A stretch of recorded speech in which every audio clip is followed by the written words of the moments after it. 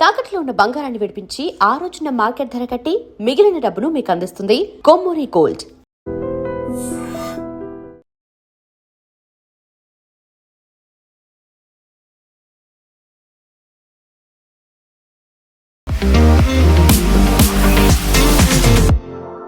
నమస్తే, నేను Kavitha. Welcome to I dream news and నిజాలు.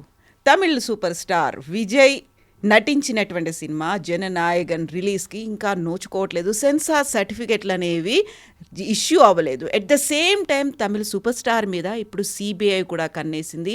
కొద్ది గంటల్లోనే ఆయన ఢిల్లీలో సిబిఐ ఆఫీస్ ముందు హాజరవబోతున్నారు. కరూర్లో జరిగినటువంటి స్టాంపీడ్ కేసు 41 మంది విజయ్ జరిపినటువంటి భారీ బహిరంగ సభ నేపథ్యంలో చనిపోయారు.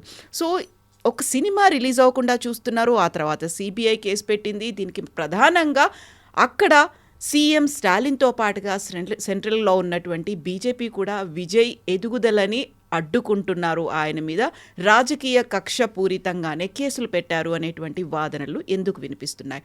మనతో పాటుగా ఉన్నారు సీనియర్ జర్నలిస్ట్ సురేష్ కొచ్చాదిల్ గారు. సార్ నమస్తే. So Tamil super star Vijay, ఆయన గత కొంతకాలంగా సినిమాలు స్టాప్ చేస్తున్నారు, ఇంకా రాజకీయాల్లోకి వస్తున్నారు అనేది చాలా పెద్ద హైప్ అయింది. భారీ బహిరంగ సభ కరూర్లో పెట్టారు. స్టాంపీడ్ 41 మంది చనిపోయారు. దానికి విజయే కారణమని తమిళనాడు గవర్నమెంట్ చెప్తుంటే లేదు, తమిళనాడు గవర్నమెంటే వైఫల్యమని విజయ్ చెప్తున్నారు. But end of the day CBI ముందు ఆయన అటెండ్ అవుతున్నారు. ఏం జరుగుతోంది సార్? ఈ సిబిఐ ఎంక్వైరీ ఆర్డర్ చేసింది high court, Madras high court. Actual Tamil Nadu government కాదు. తమిళనాడు గవర్నమెంట్ అంగీకరించారు. ఎందుకంటే వాళ్ళకి ఢిల్లీ పోలీస్ ఎస్టాబ్లిష్మెంట్ యాక్ట్ కింద చాలా మటుకు గవర్నమెంట్ సిబిఐ పర్మిషన్ విత్డ్రా చేశారు, ఇంక్లూడింగ్ తెలంగాణ, కర్ణాటక, కేరళ వీళ్ళందరూ. అంటే సిబిఐకి ఒక కేసు తీసుకోవాలంటే ఆ స్టేట్ గవర్నమెంట్ పర్మిషన్ ఇవ్వాల్సి వస్తుంది. లేకుంటే హైకోర్టు డైరెక్ట్గా ఆర్డర్ ఇవ్వచ్చు. Then it can be done, or supreme court as a case maybe. ఇప్పుడు విజయ్ కేసులో ఈ కరూర్ స్టాంపీడ్ జరిగింది కూడా చాలా మటుకు విజయ్ వాళ్ళ పార్టీ ఇన్ఎక్స్పీరియన్స్. విజయ్ తప్పు పట్టలేము, కానీ విజయ్ వాళ్ళ పార్టీ ఇన్ఎక్స్పీరియన్స్. మోదీ గారు ర్యాలీకి దీనికన్నా పెద్ద క్రౌడ్ వస్తారు కావాలంటే, కానీ ఒక ఫిల్మ్ స్టార్ని వచ్చే క్రౌడ్ ఫెనటికల్ క్రౌడ్ ఉంటారు. ఈ పొలిటికల్ పార్టీ ర్యాలీస్కి వచ్చే క్రౌడ్ వచ్చేసి వెళ్ళిపోతారు, మీటింగ్ స్పీచ్లు వినేసి వాళ్ళు వెళ్ళిపోతారు. కానీ ఈ ఫిలిం స్టార్ చూసిన క్రౌడ్ ఏం చేస్తారు, వాళ్ళు ఫిలిం స్టార్ ఉన్నదాకా అక్కడే ఉంటారు. వాళ్ళు ఆయన వెళ్ళిపోయారు అనుకోండి, అప్పుడే మాయమైపోతారు అందరు ఎక్కడి నుంచి. సో ఓన్లీ క్రౌడ్ చూడడానికి వస్తుంది. అప్పుడు మీరు క్యాల్కులేట్ చేయాల్సి వస్తుంది. ఆ స్టేడియం కెపాసిటీ 20,000 ఉండే, 25,000 ఉండే. మీరు 50,000 మందిని తీసుకొచ్చినట్టు వాళ్ళు వచ్చారు. కంట్రోల్ ఎందుకు చేయలేదు? అదే ఇప్పుడు డిస్ప్యూట్ నడుస్తుంది. Tamil Nadu government, Vijay and of course state పోలీసులో కూడా చాలా మటుకు వాళ్ళ మీద కూడా తప్పు ఉంది కంట్రోల్ చేయడంలో క్రౌడ్ని. ఎందుకంటే ఒక రాక్ షో లాగా చేస్తున్నారు వీళ్ళు. మీరు చూసుంటారు విజయ్ ర్యాలీస్ అంతా రాక్ షో లాగా ఉంటుంది. ఒకటి ఒక వాక్వే ఉంటుంది, వాక్వే నుంచి నడుచుకుంటా డ్యాన్స్ చేసుకుంటూ వస్తారు. He creates that hype. Even Mamata Banerjee కూడా అదే చేశారు. లాస్ట్ టైం పార్లమెంట్ ఎలక్షన్స్ అప్పుడు కూడా క్యాండిడేట్స్ అందరితో కలిపి చేశారు. సో ఇప్పుడు ఎట్లా అయిపోయిందంటే పొలిటిక్స్ కూడా ఒక ఆర్ట్ ఆఫ్ ద పాసిబుల్ అయిపోయింది అనమాట. అందరూ కొత్త ఏం చెప్తారు థీమ్స్ తీసుకొస్తున్నారు పొలిటిక్స్లో. అది వాళ్ళది ఉంటుంది. ఫర్ ఎగ్జాంపుల్ వాజ్పేయి గారు ఈ ఎరాలో ఉంటే ఫ్లాప్ అయిపోతారు, అంటే మాట్లాడడంలో. ఎందుకంటే టెలివిజన్ ఎరాలో మీరు గ్యాప్ ఇవ్వకూడదు. కంటిన్యూస్గా ఓ క్యా హై కీ అని చెప్పేసి ఆపేస్తారు ఆయన. అది నడవదు ఇప్పుడు. సో పొలిటికల్ స్పీచ్ ఇస్తున్నప్పుడు కూడా కంటిన్యూస్గా మాట్లాడాల్సి వస్తుంది. మీకున్న 5 నిమిషాలు, 10 నిమిషాలు, 15 నిమిషాలు మీరు you have to maximise it. Anyway Tamil Nadu పాలిటిక్స్కి వస్తే కవిత గారు, చాలా మటుకు we can start from Karunanidhi నుంచి స్టార్ట్ అయినట్టు స్క్రిప్ట్ రైటర్గా ఆయన పైకి వచ్చిన తర్వాత he was not an actor, he was a script writer. పెద్ద సినిమాలు స్క్రిప్ట్ రాశారు.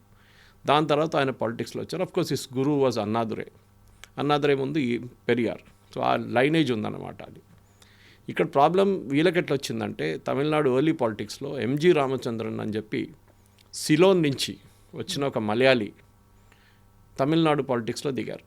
That to through Tamil movies. అప్పుడు అందరు అన్నారు ఫస్ట్ డిస్క్వాలిఫికేషన్ ఈయన లోకల్ తమిళియన్ కాదు, సిలోన్ నుంచి వచ్చేటప్పుడు సిలోన్, ఇప్పుడు శ్రీలంక. దాని తర్వాత వాళ్ళ ఫ్యామిలీ అంతా కేరళ వైపు నుంచి వాళ్ళు ఇట్లా సక్సీడ్ అవుతారు ఇక్కడ తమిళనాడు పాలిటిక్స్ అనగానే ఎంజీఆర్ ఒక కొత్త ఏం చెప్తారు ఒక నినాదం తీసుకొచ్చారు. ఎందుకంటే చాలా మటుకు ఏఐడిఎంకే అనే పార్టీ లేకుండే ముందు. ఇట్ వాజ్ డిఎంకే నుంచి స్ప్లిట్ అయి వచ్చిన పార్టీ ఆల్ ఇండియా అన్న ద్రావిడ మున్నీట కడగం. సో ఏఐడిఎంకే ఎంజీఆర్ గారు సక్సీడ్ అయ్యారు అండ్ సక్సీడెడ్ లైక్ క్రేజీ. అదే టైంలో మన ఇటువైపు వస్తే నందమూరి తారక రామారావు గారు కూడా ఇదే టైంలో తెలుగు ఆత్మగౌరవం అని చెప్పి ఆ రోజు బేగంపేట ఎయిర్పోర్ట్లో టంగుటూరి అంజయ్య గారిని రాజీవ్ గాంధీ గారు ఇన్సల్ట్ చేసినప్పుడు ఒక తెలుగు ఆత్మగౌరవాన్ని ముందుకు తీసుకొచ్చి ఒక కాన్సెప్ట్ తీసుకొచ్చారు. అటువైపు ఏమో సినిమా క్రౌడ్. మూడో స్టేట్ మీరు కంపేర్ చేయాల్సింది కేరళ. కేరళలో మీకు ఫిలిం స్టార్లు పాలిటిక్స్లో ఎక్కువ కనిపించారు. The earliest film star wanted get in to politics was Prem Nazir, who was Malayalam's equivalent అని చెప్పాలి, నాగేశ్వరరావు గారు అని చెప్పొచ్చు. ఒక రొమాంటిక్ హీరో లాగా హీ వాజ్ వెరీ పాపులర్ ఉండే ఆయన. కానీ ఆ ఏ రోజు పాలిటిక్స్లో దిగారో, ఎలక్షన్ కాంటెస్ట్ చేశారో, డిపాజిట్ పోయింది ఆయన. Okay, he never succeeded. So అక్కడున్న ఆడియన్స్కి సినిమాతో సంబంధం లేదు. మీరు పాలిటిక్స్లో ఉంటే పాలిటిక్స్లో ఉండండి. అఫ్ కోర్స్ కొంతమంది ఉన్నారు, గణేష్ కుమార్ ఉన్నారు ఇప్పుడున్న సిపిఎం గవర్నమెంట్లో ట్రాన్స్పోర్ట్ మినిస్టర్గా, హీఈస్ ఎక్స్ ఫిలిం స్టార్. అది కాకుండా ముఖేష్ ఉన్నారు, he is also ex film star. అట్లా చెప్పొచ్చు. వెరీ రీసెంట్గా సురేష్ గోపి సెంట్రల్ మినిస్టర్గా ఉన్న సురేష్ గోపి. వీళ్ళందరూ పాలిటిక్స్ అని కాదు, సురేష్ గోపి గెలిచిన దానికి ఒక కారణం చాలా ఉన్నాయి అక్కడ. One was the Christian vote in Thrissur town. ఇంకోటి అంటే ఈ was considered very close to Modi గారు వచ్చి వాళ్ళ కూతురు క్యాంపెయిన్ ఒకటే కాదు, ఆయన కన్యాదానం చేశారు వాళ్ళ కూతురికి. సురేష్ గోపి గారి కూతురు పెళ్లిలో మోదీ డిడ్ కన్యాదానం. సో అది ఒక పెద్ద క్లోజ్నెస్ కనిపిస్తుంది అన్నమాట. ఇప్పుడు 3 స్టేట్స్ మనం కంపేర్ చేస్తాం. అదే టైంలో మీరు నార్త్లో చూడండి, పెద్ద పెద్ద ఫిల్మ్ స్టార్స్ ఎక్కడ పాలిటిక్స్లో రాలేదు. భోజ్పురి వైపు కొంతమంది ఉన్నారు, కానీ టువర్డ్స్ ముంబై సైడ్లో ఎవరు ఎక్కువ లేరు. సంజయ్ దత్ వాళ్ళు ట్రై చేశారు, ఆ ఫ్యామిలీ దత్ ఫ్యామిలీ మొత్తం ట్రై చేశారు, కానీ వాళ్ళు కూడా సక్సీడ్ కాలేదు ఎక్కువ. ఇదే టైంలో తమిళనాడులో ఉన్న ఫెనటిసిజం అంటాం మనం, అంటే ఫిలిం స్టార్స్ని చూసి ఓట్లు వేయడం. ఎంజీఆర్ గారు పోయిన తర్వాత ఆయన సక్సెసర్గా జయలలితని నామినేట్ చేశారు వెళ్ళే ముందు. కో స్టార్ ఉండే, ఆయనతో చాలా సినిమాలు నటించింది ఆమె. She is again not technically from Tamil Nadu, ఒక బ్రాహ్మిన్ ఫ్రమ్ మైసూర్. ఇక్కడేమో ద్రవిడియన్ పాలిటిక్స్లో బ్రాహ్మిన్స్ అంటే అసలు పడదు. అప్పుడు కూడా జయలలిత ఒక లీడర్గా వచ్చింది. అండ్ జయలలిత డిఫరెన్స్ ఏంటంటే ఆమె అడ్మినిస్ట్రేటివ్ కెపాసిటీ ఎక్కువ ఉండే, ఎంజీఆర్ కన్నా ఎక్కువ ఉండే అనమాట. So she proved herself that I can do excellent administration. ఎక్కువ ఆమెకు ఉన్న తప్పులు ఆమెకు ఉండే. శశికళని తీసుకురావడము అది ఒక కాంట్రవర్సీగా జరిగింది చాలా మటుకు. శశికళ కరప్షన్ కేసెస్ని ఆమె ఎక్కువ పట్టించుకోలేదు. దాని తర్వాత her health deteriorated and she passed. National politics కూడా ఆమె చాలా మటుకు అలయన్స్ రోల్స్లో ప్లే చేసింది. ఇప్పుడు విజయ్ దగ్గరికి వచ్చిన ప్రాబ్లం ఎక్కడ వచ్చిందంటే 2 స్ట్రాంగ్ పార్టీస్ తమిళనాడులో ఉన్నారు, ఒకటి డిఎంకే, ఒకటి ఏఐడిఎంకే. వీళ్ళిద్దరికి ద్రవిడియన్ పాలిటిక్స్లోనే ద్రవిడియన్ ఓట్సే వస్తుంది, విచ్ ఇస్ తమిళనాడులో ఒక 60% అని పెట్టుకోవచ్చు ద్రవిడియన్ ఓట్స్. అంటే వాళ్ళు హిందువులు, కానీ they don't believe in Hindu concept, దేవుళ్ళు పట్టించుకోరు, అన్నీ చేస్తారు. అట్లాంటి ఒక సెక్షన్ ఉందన్నమాట, చాలా పెద్ద సెక్షన్. ఇప్పుడు దాకా ఈ 2 పార్టీలే దీని మీద ఆడుకున్నారు. మూడో పార్టీ వచ్చారు, which is Vijay's party. Vijay కూడా ఇదే ఆడియన్స్ని అపీల్ చేస్తున్నారు. ఆయనకి మీరు ఆయన స్పీచ్లు వింటే కూడా ఈ వాజ్ టోటలీ ప్రో ద్రవిడియన్. ఇప్పుడు స్టాలిన్కి భయం ఏంటంటే ఆయన ఓట్లు ఏఐడిఎంకి తీసుకెళ్తారని కాదు, విజయ్ తీసుకెళ్తారని. స్ప్లిట్ అయిపోతాయి అంత. ఎందుకంటే పార్టీ మిషనరీ కావాలి మీకు, ఆ టైం పడుతుంది. ఏదో ఇన్స్టెంట్గా మీరు డబ్బులు పెడితే చాలామంది వచ్చి మిమ్మల్ని మీతో ఉంటారంటే వాళ్ళు ఏ రోజు ఆ డబ్బులు అయిపోతుంది ఆ రోజు మాయమైపోతారు వాళ్ళు. పార్టీ అపరేటస్ బిల్డ్ చేయాలి. సో ఆయన సెంగోటేన్ లాంటి వాళ్ళని తీసుకొచ్చారు, who have experience in politics. కానీ వాళ్ళు కూడా ఇంత జల్దీ చేయలేరు, వాళ్ళ టైం పడుతుంది. Maybe by next election Vijay will have sufficient machinery. కానీ ఇప్పుడేం చేస్తారు, ఇప్పుడున్న సర్వేలు కూడా చూస్తే మీరు విజయ్కి 6 నుంచి 8% ఓట్లు వస్తుంది, టోటల్ 6 to 8%. ఇప్పుడు తమిళనాడు పాలిటిక్స్లో ఈ డిఎంకే ఓట్లే దీంట్లో పోతుంది, దాంట్లో చాలా క్లియర్. ఏఐడిఎంకేకి సెకండరీ థ్రెట్ ఉంది, ప్రైమరీ థ్రెట్ ఇస్ డిఎంకే. దానికోసం కరూర్ ట్రాజడీ జరిగినప్పుడు ఇమ్మీడియట్గా అగ్రెసివ్గా ముందుకు వచ్చింది DMK, that Vijay should be taken, CBI enquiry order చేయడము. లేకుంటే స్టేట్ పోలీస్ ఎంక్వైరీ నడుస్తుంది కదా, లేదు సిబిఐని ఎంక్వైరీ చేయాలి. దాని తర్వాత ఇప్పుడు లేటెస్ట్ కాంట్రవర్సీ ఆయన సినిమా. అయితే ఈ మధ్య కాలంలోనే రజనీకాంత్ ఆయన సినిమాలు వదులుకొని పార్టీ పెట్టాలి, దేవుడు ఆదేశిస్తే నేను పార్టీ పెడతానన్నారు, దేవుడు ఆశీర్వాదం లేదు పార్టీ పెట్టలేదన్నారు. బట్ కమల్ హాసన్ కూడా ఆయనకంటూ ఒక పార్టీ పెట్టుకొని వచ్చారు, but he could not succeed. అంతకుముందు విజయకాంత్ ఉన్నారు, ఆయన కూడా పార్టీ పెట్టుకున్నారు, ఆయన కూడా ప్రతి చోట కంటెస్ట్ చేశారు, బట్ అక్కడ కూడా ఆయనకు సక్సెస్ అనేది కనిపించలేదు. బట్ విజయ్ అనగానే ఒక భయపడుతున్నారు అనేటువంటి ఒక భావన, విజయ్కు ఉన్నటువంటి మాస్ అప్పీలింగ్, ఆ క్రౌడ్ చూసిన తర్వాత ఒక థ్రెట్ ఫీల్ అవుతున్నారు రాబోయేటువంటి ఎలక్షన్స్లో. అందుకోసమే అక్కడ బీజేపీ, ఇక్కడ స్టాలిన్. ఐ థింక్ బీజేపీకి ఎక్కువ థ్రెట్ లేదు. BJP is actually happy. ఎందుకు? విజయ్ ఎందుకంటే వాళ్ళ ఓటు పోట్లేదు కదా. డిఎంకే ఓట్లు స్ప్లిట్ అవుతాయి. డిఎంకేకి యాంటీ ఇన్కంబెన్సీ ఓటు కాదు మనం మాట్లాడేది, ప్రో ఇన్కంబెన్సీ ఓటు. అంటే డిఎంకే ఓట్లు 6% నుంచి 8% తీసుకెళ్తే బెనిఫిట్ ఏఐడిఎంకేకి అవుతుంది.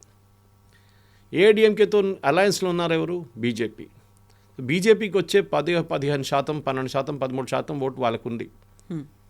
ప్లస్ ఏఐడిఎంకే అలయన్స్లో ఉన్న ఓటు కొంచెం ట్రాన్స్ఫర్ అయితే ఇంకొక 10%, 24 నుంచి 25 వస్తుంది. సో ఇప్పుడు ఏఐడిఎంకే కంటే బీజేపీకి ఎక్కువ ఓట్ పర్సెంటేజ్ ఉందా? కాదు, ఏఐడిఎంకేకి ఉంది, కానీ ఈక్వల్ ఉంది ఇద్దరు కలిసి పోటీ చేయలేదు లాస్ట్ టైం. అది చేసిన పెద్ద మిస్టేక్. అది సపరేట్గా పోటీ చేస్తారు లోక్సభ ఎలక్షన్లో. దానికి రిజల్ట్ బయటకు వచ్చింది క్లియర్గా.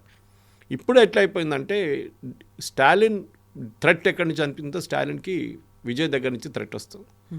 విజయ్ 8% కానీ ఎక్కువ తీసుకెళ్ళిపోతే 10 నుంచి 11% తీసుకెళ్తే that is where the threat will come. ఎందుకంటే ఏఐడిఎంకే 3-4 డిస్ట్రిక్ట్స్లో చాలా స్ట్రాంగ్గా ఉన్నారు. బీజేపీ ఏమో కోయంబత్తూరు వైపు దే ఆర్ స్ట్రాంగ్. ఇప్పుడు నా అంచనా ప్రకారం తమిళనాడు ఎలక్షన్లో ఒక సర్ప్రైజ్ ఎలిమెంట్ రావబోతుంది. Will be Pawan Kalyan.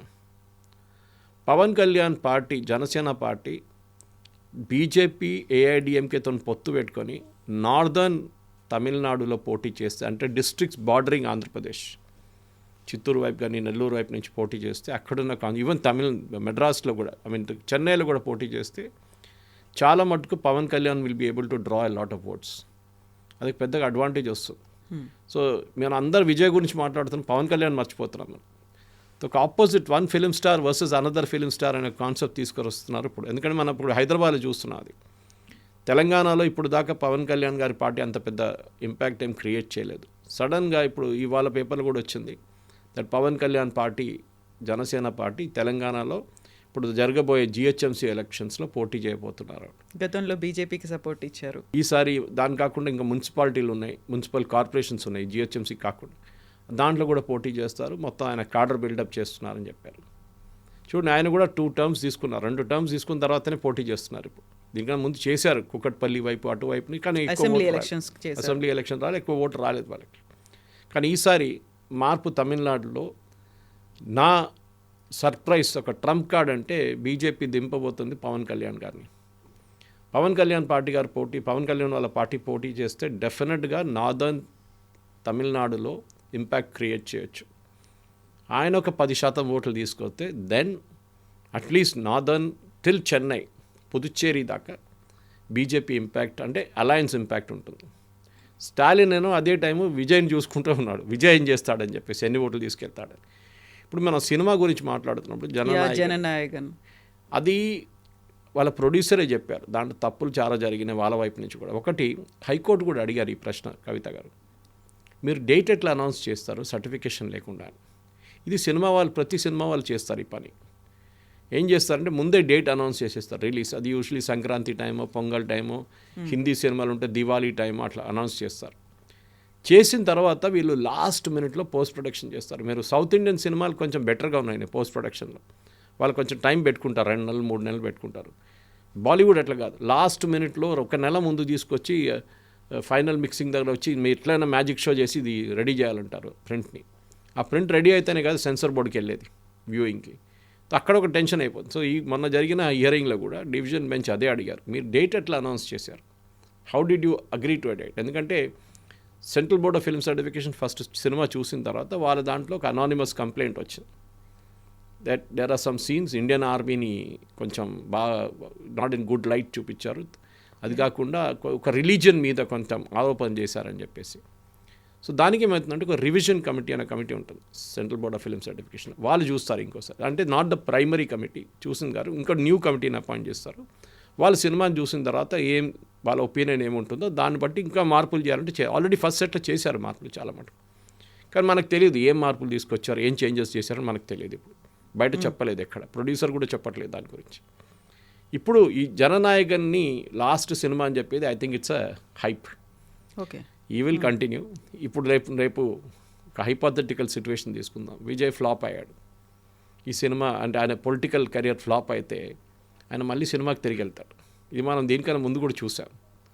చాలా మటుకు ఫిలిం స్టార్లు ఏమంటారని అదే కెరియర్ అయిపోయింది, ఫినిష్ అయిపోయిందని చెప్పి. We forgot Kannada cinema in the mean time. Raj Kumar garu also was interested in politics. ఇంకా వాళ్ళ కొడుకులు ఎక్కువ సక్సెస్ఫుల్ గారు కానీ ఆయన సక్సెస్ఫుల్ కాలేదంత. అది కర్ణాటకలో ఉన్న ఫిలిమ్స్ పాలిటిక్స్ అక్కడ చాలా ప్రొడ్యూసర్స్ వాళ్ళందరూ కూడా తర్వాత వచ్చారు. ఎందుకంటే కర్ణాటకలో బేసిక్లీ లింగాయట్స్ ఒక్కలిగాస్ ఉంటుంది అక్కడ మెయిన్లీ. వాళ్ళ నడిమిట్లోనే ఎక్కువ పోరాటం ఉంటుంది. వాళ్ళ దాంట్లోనే ఒకరు ముఖ్యమంత్రి అవుతారు. ఫస్ట్ టైం కదా సిద్ధరామయ్య గారు కురుబా కమ్యూనిటీ నుంచి వచ్చారు. తమిళనాడు పాలిటిక్స్లో it is going to be really interesting Kavitha garu. ఎందుకంటే ఇప్పుడు జరగబోయే ఈ ఎలక్షన్లో మనం చూడాల్సిన మెయిన్గా స్టాలిన్కి వ్యతిరేకంగా యాంటీ ఇన్కంబెన్సీ ఎంత శాతం ఉంటుందో దాన్ని విజయ్ తీసుకెళ్తే విజయ్ అదే యాంటీ ఇన్కంబెన్సీని ట్యాప్ చేసి ప్లస్ ఇంకెవరితోనైనా పొత్తు పెట్టుకుంటే it will be good thing. దానికోసం చూడు నిన్న కూడా రామ్దాస్ గారు పిఎంకే వాళ్ళ కొడుకు అనుబమాని స్ప్లిట్ ఫ్రమ్ హిమ్. ఆయన ఏఐడిఎంకే అలయన్స్ వచ్చేసారు. ఇప్పుడు డిఎంకే వాళ్ళు వాళ్ళ ఫాదర్ని పికే రామదాస్ గారిని ఆయన తీసుకురావడానికి ట్రై చేస్తున్నారు టీఎంసీ అటువైపు నుంచి పిఎంకేని. ఇదన్నీ నడుస్తున్నప్పుడు అక్కడ చిన్న చిన్న పార్టీలు చాలా ఉన్నాయి, ఎస్పెషలీ క్యాస్ట్ బేస్డ్ పార్టీస్ ఉన్నాయి. వాళ్ళు కూడా ఏదో 5-10% ఓట్లు తీసుకొస్తారు. Then there is Congress party కూడా ఈసారి ఎక్కువ అగ్రెసివ్ అయిపోయారు. వాళ్ళు ఏమంటున్నారంటే మాకు ఎట్లయినా మీరు గెలిస్తే రేపు వీ వాంట్ క్యాబినెట్ పోర్ట్ఫోలియోస్, అంటే అడ్మినిస్ట్రేషన్లో కూడా మా రోల్ ఉండాలని. దానికి కారణం ఉంది కవిత గారు. ఎందుకంటే this was the party which had legends అన్నమాట. కే కామరాజ్, కరుపయ్య మూపనార్ ఇట్లాంటి పెద్ద పెద్ద నేతలు ఉన్న పార్టీ. Rajagopalachari from there. కానీ ఇప్పుడు లాస్ట్ ఒక 30-40 సంవత్సరాలు ఎస్పెషలీ డిఎంకే వచ్చిన తర్వాత కాంగ్రెస్ ఇన్ఫ్లుయెన్స్ చాలా మటుకు తగ్గింది. Now they are relieves to a junior partner. ఇప్పుడు కాంగ్రెస్కి ఏమనిపిస్తుందంటే ఈ డిఎంకేని ఇట్లనే ఇడిసేస్తే వాళ్ళు రేపు మనల్ని కూడా ఉన్న పార్టీని కూడా తినేస్తారు, మొత్తం ఏం మిగలం మనం తమిళనాడులో అని చెప్పి. ఆల్రెడీ మనం తెలంగాణలో చూస్తున్నాం, తెలంగాణలో వాళ్ళు గెలిచారు. కానీ ఆంధ్ర వైపు చూడండి కంప్లీట్గా వైపౌట్ అయిపోయారు కాంగ్రెస్. ఇప్పుడు కూడా అక్కడ కాంగ్రెస్ని ఎట్లా చూస్తారంటే విలన్గా చూస్తారు వాళ్ళు. తెలంగాణ ఇచ్చింది సోనియా గాంధీ అని చెప్పి ఇక్కడ ఓపెన్గా చెప్పుకుంటున్నారు రేవంత్ రెడ్డి. న్యాచురల్లీ ఆంధ్ర వైపు ఓట్లు తగ్గుతుంది అప్పుడు ఇమ్మీడియట్గా. ఇప్పుడు జరిగే ఈ ఎలక్షన్లో, తమిళనాడు ఎలక్షన్లో I think the crucial factor is రేపు బహుశా ఇంకా కొన్ని రోజులు డిస్కషన్ నడుస్తుంది. కాంగ్రెస్ వాకౌట్ చేసి విజయ్తో పొత్తు పెట్టుకుంటే కాంగ్రెస్ ఎమర్జ్ అవ్వచ్చు. ఎక్కువ పర్సంటేజ్ లేదు కాంగ్రెస్కి అక్కడ వచ్చే ఓట్లు ఓన్లీ ముస్లిమ్స్ నుంచి వస్తుంది. ముస్లిం కమ్యూనిటీ నుంచి వచ్చే ఓట్లే కాంగ్రెస్కి ఉంటుంది ఎక్కువ. అది కాకుండా వాళ్ళ దగ్గర లోకల్ క్యాస్ట్ పాలిటిక్స్లో వాళ్ళకి ఎక్కువ ఓటర్ గౌండర్ కానీ అట్లాంటి డిఫరెంట్ క్యాస్ట్ కమ్యూనిటీస్ నుంచి వచ్చే ఓట్లు వాళ్ళకి రాదు. Maybe a bit of Christian votes, ఎందుకంటే at the end of the day Vijay is a Christian, Joseph Vijay. So Christian votes చాలా మటుకు కన్వర్టెడ్ క్రిస్టియన్స్ ఉన్నారు, వాళ్ళ వైపు నుంచి కూడా ఓట్స్ రావచ్చు. The Muslims and converted Christian plus Congress votes plus Vijay ఒక 22-23% తీసుకొస్తే then it can be game changer. అది ఎవరు ఓట్లు పోతుంది? మళ్ళీ డిఎంకే ఓట్లు పోతుంది. It is not AIADMK votes. So ఈ యొక్క ఎందుకంటే మనం లాస్ట్ ఎలక్షన్ చూసాం, that was the first election DMK Jayalalithaa లేకుండా పోటీ చేశారు. జయలలిత కాదు, నో టాల్ లీడర్. వాళ్ళ దాంట్లోనే ఇంటర్నల్ పాలిటిక్స్లో పన్నీర్ సెల్వం అండ్ పళనిస్వామి ఇద్దరు కొట్టుకుని వాళ్ళు శశికళ కూడా దూరారు, దాన్ని దూరారు. సో వీళ్ళందరూ కలిసి ఆ పార్టీని మొత్తం అటాచ్ చేసి పడేశారు లాస్ట్ ఎలక్షన్లో. అట్లా ఈసారి శశికళని బయట పెట్టారు, పన్నీర్ సెల్వం పంపించారు. Paneer Selvam is now going to join the DMK alliance. ఆయన దగ్గర కూడా ఎక్కువ లేదు, 2-3-4% ఓట్లు ఉంది అంతే. Is not a major player in Tamil Nadu politics. So overall ఇప్పుడు ఒక ఇంట్రెస్టింగ్ సిచ్యువేషన్ ఏంటంటే, మీరు అడిగిన ప్రశ్నకి స్టార్టింగ్ నుంచే ఈ సినిమాతోని ఏదైనా మార్పు రావచ్చా అంటే ఎస్. కానీ అది ఎలక్షన్ దాకా మే దాకా ఏప్రిల్ జరుగుతుందంటే అప్పుడు దాకా దీని ఇంట్రెస్ట్ సస్టైన్ చేస్తారని చూడాల్సింది. సర్వైవ్ అవుతుంది అప్పటిదాకా. ఎందుకంటే 2 వారాలు 3 వారాలు నడుస్తుంది. Maybe they will make it a block buster. Cinema థియేటర్లు కొనుక్కుంటారు, సీట్లు బ్లాక్ చేస్తారు, ఇక్కడ చేస్తున్నట్లనే తెలుగు సినిమాలు చేస్తున్నట్లనే. సినిమా థియేటర్లు అయితే ఖాళీ ఉంటుంది కానీ హౌస్ఫుల్గా చూపిస్తారు, అది ఇంకోటి. So that way they will sustain the movie till the election అన్నమాట. బహుశా దీంట్లో కంటెంట్ కూడా ఉండొచ్చు. ఈవెన్ జగన్ గారు సమ్ టైంలో కూడా మీకు గుర్తుంటుంది, ఒక సినిమా వచ్చింది ఇట్లానే, ఆయన మీద కూడా ఒక లీడర్ లాగా చూపించారు. కమల్ హాసన్కి కూడా వీళ్ళు ట్రై చేశారు, కమల్ హాసన్ ఎంట్రీ టైంలో, అది కూడా ఫ్లాప్ అయింది అక్కడ. ఈ పరిస్థితుల్లో ఈ సినిమా సక్సీడ్ అయితే డెఫినెట్ అవుతుంది, ఎందుకంటే వాళ్ళ ఫెనటికల్ స్టార్స్ ఉన్నారు, అంటే వాళ్ళ చూడడానికి క్రౌడ్ ఉన్నారు, వాళ్ళు వస్తారు చూడడానికి. కానీ will it make a difference to the final outcome? అది మనం it's a matter of $1 million question అంటారు చూడండి. సో ఇప్పుడు సౌత్ ఇండియాకి సంబంధించి అన్ని రాష్ట్రాల్లో చూస్తే అక్కడ regional parties versus national parties అనే కాంబినేషనే కనిపించింది. అదొక మ్యూజికల్ చేస్ కైండ్ ఆఫ్ థింగ్ అనేది ప్రతి స్టేట్లో కనిపించింది. బట్ తమిళనాడుకు సంబంధించి చూస్తే ఎక్కువగా మేజర్ పోర్షన్ మెజారిటీ రీజనల్ పార్టీసే ఉన్నాయి. అక్కడ 2 నేషనల్ పార్టీస్ ఆ స్ట్రగ్లింగ్ అక్కడ ఎంటర్ అవ్వడానికనే చూస్తున్నాయి. సో ఈసారి చాలా చాలా క్రూషియల్ అనేది కాబోతోంది కదా ఎలక్షన్. డెఫినెట్గా, ఎందుకంటే బీజేపీ అన్నామలై ఎంట్రీ తర్వాత తమిళనాడులో వాళ్ళకు ఒక కొత్త ఎనర్జీ వచ్చింది. మీరు చూసుంటారు. దీనికన్నా ముందు బీజేపీకి ఒక లీడర్ అనేది ఎవరు లేరు. అక్కడ చిన్న చిన్న లీడర్లు ఉన్నారు కొంతమంది, అది కూడా చాలా సీనియర్ మనుషులు ఉన్నారు. ఆర్ఎస్ఎస్ వైపు నుంచి వచ్చిన ఎన్నో సంవత్సరాల నుంచి తమిళనాడులో పనిచేస్తారు. 2 రాష్ట్రాల్లో బీజేపీని ఎప్పుడు పైకి రాని అది అక్కడున్న లోకల్ పార్టీస్ చేసింది. ఒకటి పంజాబ్లో శిరోమణి అకాలీదళ్ బీజేపీని ఎప్పుడు అక్కడ పైకి రానియలేదు. వాళ్ళు they never allowed BJP to dominate. తమిళనాడులో కూడా అంతే. అండ్ తమిళనాడులో కాదు కూడా, ఎందుకంటే తమిళనాడులో 60s నుంచి యాంటీ హిందీ అజిటేషన్ నడిచినప్పటి నుంచి మనం చూసుకుంటూ వస్తున్నాం. ఒక పాలిటిక్స్ అక్కడ ఉన్నది against the Hindi heart land. అప్పుడు బ్యాంకు బోర్డులు, సినిమా థియేటర్ బోర్డులు, ఇది కాకుండా మన సినిమాలు, హిందీ సినిమాలు రిలీజ్ చేయకూడదు, ఇదన్నీ చాలా మటుకు నడిచింది. అప్పుడు పెరియార్ టైం నుంచే ఈ ఫిలాసఫీ ఉండే. యాంటీ నార్త్ అనే ఒక ఫిలాసఫీ ఉండే. యాంటీ నార్త్లో అప్పుడు బీజేపీ లేరు కదా. బిఫోర్ 1980 బీజేపీ లేరు. బీజేపీ అనే పార్టీ లేదు, జనసంఘ్ ఉండే. అప్పుడు కాంగ్రెస్ వ్యతిరేకంగానే ఈ అజిటేషన్ నడిచిన తర్వాత కాంగ్రెస్ మొత్తం డిసపియర్ అయిపోయారు. తమిళనాడు పాలిటిక్స్లో యాంటీ హిందీ అంటే మీకు ఒక పెద్ద అడ్వాంటేజ్. ఇప్పుడు కూడా చూడండి, ఈ టైంలో కూడా నార్త్ ఇండియాకి వెళ్ళి ఎంతోమంది తమిళియన్స్ ఉంటారు. వాళ్ళు చాలా బాగా హిందీ మాట్లాడతారు. స్టాలిన్ వాళ్ళ స్కూల్లోనే సిబిఎస్ఈలో హిందీ నేర్పిస్తున్నారు. వాళ్ళకేం ప్రాబ్లం లేదు. కానీ యాంటీ హిందీ అని కన్సిస్టెంట్గా చేస్తుంటారు వీళ్ళు. అదెందుకంటే మీరు యాంటీ హిందీ అయిపోతే మీరు కాంగ్రెస్ని బీజేపీని బయట పెట్టచ్చు. అదే జరుగుతుంది. That is why both this national parties are struggling in Tamil Nadu. ఆ సెంటిమెంట్ ఉంది చూడండి, అది ఇంకా వెళ్ళట్లేదు. అది ఇప్పుడు కూడా ఉంది ఆ సెంటిమెంట్, యాంటీ హిందీ సెంటిమెంట్. దానికి ఒక ప్రాక్టికల్ రీజన్ లేదు. అందుకని హిందీ అనేది ఇప్పుడు ఈవెన్ ఈ ఎన్ఈపీ కింద 3 లాంగ్వేజ్ పాలసీలో చాలా మటుకు మదర్ టంగ్ మీద ఎంఫసిస్ ఇస్తున్నారు. కానీ తమిళనాడులో ఒక క్యాంపెయిన్ ఏం తీసుకొచ్చారంటే బీజేపీ హిందీని తీసుకొస్తున్నారు, సరెప్టస్లీ హిందీని వాళ్ళు కంపల్సరీ చేస్తున్నారు. ఎక్కడ చెప్పలేదు అది. కానీ అది బీజేపీ ఫాల్ట్. వాళ్ళు ఎక్స్ప్లెయిన్ చేయలేకపోయారు. Annamalai tried is best. దాని అడ్మిట్లోనే అన్నామలై గారిని పార్టీ ప్రెసిడెంట్ నుంచి తీసి కొత్త పార్టీ ప్రెసిడెంట్ని తీసుకొచ్చారు. అదొక పెద్ద డిస్ప్యూట్ జరిగింది తమిళనాడులో with in BJP it self. ఎందుకంటే బీజేపీలో చాలా లాస్ట్ 2 yearsలో ఒక గ్రోత్ తీసుకొచ్చింది అన్నామలైని. ఆ ఎనర్జీ చూడండి, అన్నామలై ఎనర్జీ. ఆయన ప్రతి ఊరికి తిరిగారు. ఆయన పాదయాత్రలో బూత్ లెవెల్ పెట్టించారు. ప్రతి బూత్లో 10 మందిని ఆయన ఇన్స్టాల్ చేశారు.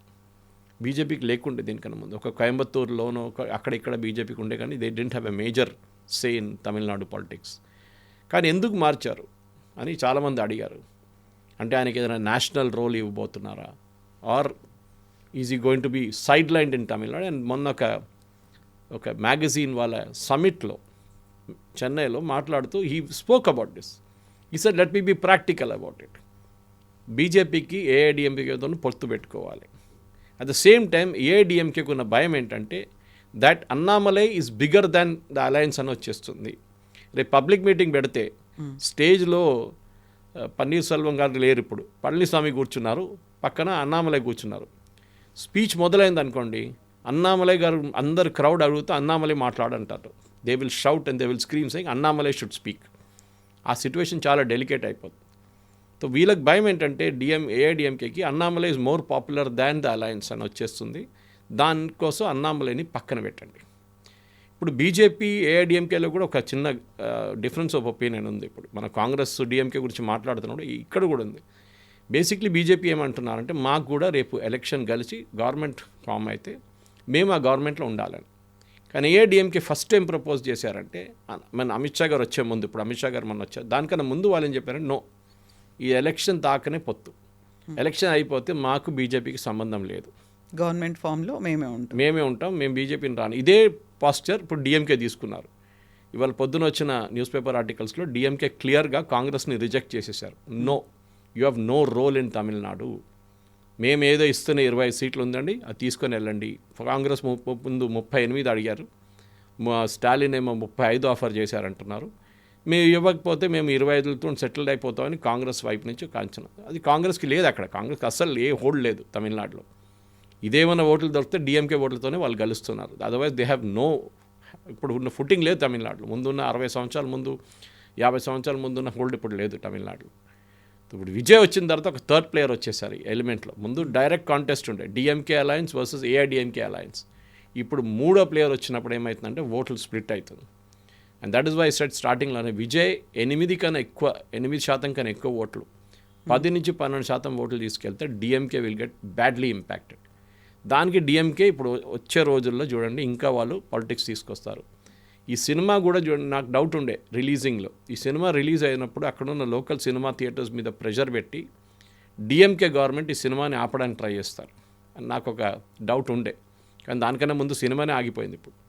కానీ ఇప్పుడు రిలీజ్ అయితే కూడా రేపు ఇప్పుడు బహుశా ఇప్పుడు జనవరి ఎండింగ్ ఫిబ్రవరి ఫస్ట్ వీక్లో రిలీజ్ అయింది అనుకోండి, ఒకటి ఇంపాక్ట్ పోతుంది. పొంగల్లో ఉన్న ఇంపాక్ట్ ఉండదు. కానీ still even if there is no impact, Stalin will ensure that cinema థియేటర్లో ఈ సినిమా నడవకూడదు, దాన్ని ఎక్కడ కావాలంటే అక్కడ ఆపేస్తారు. బట్ ఆల్రెడీ ఆ ఆడియన్స్ ఏంటంటే వాళ్ళు అనుకున్నటువంటి ఫాలోవర్స్, ఫ్యాన్స్ టికెట్స్ అన్నీ కొనుక్కున్నారు, మొత్తం అంతా కంప్లీట్గా సోల్డ్ అవుట్ అయిపోయాయి అనేది. కవిత గారు, ఈ సోల్డ్ అవుట్ అనేది కాన్సెప్ట్ మీరు bookmyshow.comకి వెళ్ళండి, అక్కడ మీకు టికెట్లు కనిపిస్తాయి. ఇంకా ఈ కొనుక్కోవడం అనేది కాన్సెప్ట్ ఇప్పుడు లేదు.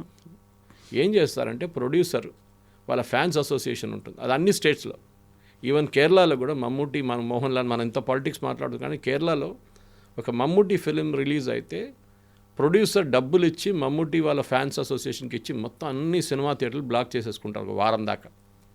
పబ్లిక్ ఒక 10% టికెట్లు పెడతారు పక్కన, 10-20% టికెట్లు బుక్ మై షో. ఎందుకంటే దీనికన్నా ముందు ఒక హైకోర్టు ఆర్డర్ ఉండే that you cannot do block booking అని చెప్పేసి. మీరు 100 సీట్లు 200 సీట్లు బ్లాక్ చేయలేరు, you should offer it to the public అనే డెమోక్రటిక్ మేనర్ అని. ఇప్పుడు అక్కడ కూడా నడుస్తుంది. సో అదే కాన్సెప్ట్ తెలుగు సినిమాలో కూడా ఉంది. ఓపెన్గా చెప్పారు చాలామంది ప్రొడ్యూసర్స్, మేము మొత్తం థియేటర్ కొనుక్కున్నాం, హౌస్ఫుల్ అంటారు. మీరు అక్కడ వెళ్ళి చూస్తే సినిమా థియేటర్లో 10 మంది కూడా ఉండరు. ఎందుకంటే he wants to show is a house full. And అక్కడే చాలా మటుకు బ్లాక్ మనీ వైట్గా కన్వర్ట్ అవుతుంది కూడా చాలా. ఇది కూడా అంతే. సో అందరు కొనుక్కున్నారు థియేటర్ అంటే డెఫినెట్లీ వాళ్ళ ఫ్యాన్స్ అసోసియేషన్ ఉంటుంది. రేపు వాళ్ళు పాలు పోస్తారు, రేపు తేనె పోస్తారు, అన్నీ చేస్తారు వాళ్ళు. గార్లాండ్ వేస్తారు పోస్టర్కి, మొత్తం పనులన్నీ చేస్తారు వాళ్ళు. ఫ్యాన్స్ అసోసియేషన్ పనే అది. కొంతమంది health care related, education related పనులు చేస్తారు, కానీ 99% ఫ్యాన్స్ అసోసియేషన్ మీరు చూస్తే వాళ్ళ పని ఇది. ఇది ఫిలిం స్టార్ సినిమా వస్తుంది అనుకుంటే మొత్తం లైన్ కట్టేస్తారు అక్కడ. ఇప్పుడు మీరు అనుకుంటారు విజయ్ లేకుంటే తమిళ్లో మిగతా ఉన్న ఫిలిం స్టార్స్కి అపీల్ తమిళనాడులో ఉందనుకుంటారు మీరు. కాదు, ఇట్ గోస్ టు ఈవెన్ కేరళలో ఉన్న చాలా మటుకు థియేటర్స్లో మీరు ఇట్లాంటి సినిమాలు వచ్చినప్పుడు, తమిళ సినిమాలు, మలయాళం సినిమాని పక్కన పెట్టి తమిళ సినిమాని పెడతారు వాళ్ళు. అట్లాంటి అది కూడా ఉంది అక్కడ, ఇంపాక్ట్ ఉందన్నమాట. నేను మొన్న వెళ్ళినప్పుడు చూసాను, బెంగాలీ సినిమా నడుస్తుంది మా ఊరు పక్కన ఒక ఊరిలో. బెంగాలీ సినిమా ఎవరండి అంటే అనుకుంటే అక్కడ బెంగాలీ వాళ్ళు చాలామంది ఉన్నారు పనిచేసేటోళ్ళు, వాళ్ళ కోసం పెట్టారన్నమాట. భోజ్పురి సినిమాలు నడుస్తున్నాయి. So the entire concept has changed. కానీ విజయ్ ఒక ఎంట్రీ తమిళనాడు పాలిటిక్స్లో I think it gonna be short lived. ఆయన బహుశా ఎలక్షన్లో ఎక్కువ సీట్లు రావు, కానీ నెక్స్ట్ ఎలక్షన్లో పవన్ కళ్యాణ్ లాగానే ఐదర్ ఏఐడిఎంకే ఆర్ డిఎంకేతో పొత్తు పెట్టుకుంటే ఆయనకు ఒక పార్టీ మెకానిజం బిల్డప్ అవుతుంది. ఆ పార్టీ మెకానిజంని కూడా వాడుకోవచ్చు. బూత్ మేనేజ్మెంట్ చాలా క్రూషియల్ ఉంటుంది. బూత్లో 10 మంది ఉంటేనే, అంటే బూత్ లోపల కాదు, బూత్ లోపల బూత్ బయట 10 మంది ఉంటేనే మీరు ఓటర్ని ఓట్ బూత్ తీసుకురాగలరు. మిమ్మల్ని చూడడానికి వచ్చిన 2 లక్షల మందిని అట్లీస్ట్ 50,000 మందిని మీరు బూత్లో తీసుకురావాల్సి వచ్చింది. ఆ కెపాసిటీ మీకు ఉండాలి. విజయ్ కూడా ఆ time he has to bide his time. ఏదో ఇది ఇన్స్టెంట్ నూడిల్స్ కాదు, వేసిన తర్వాత 2 నిమిషాల్లో మేము లీడర్ అయిపోతామండి అట్లంటే చాలామంది ఉన్నారు మన దేశంలో who can become leaders overnight. కాదు, టైం పడుతుంది. You have to wait for it. అది మెయిన్ లెసన్ అన్నమాట. Yes sir, thank you so much sir. Thank you.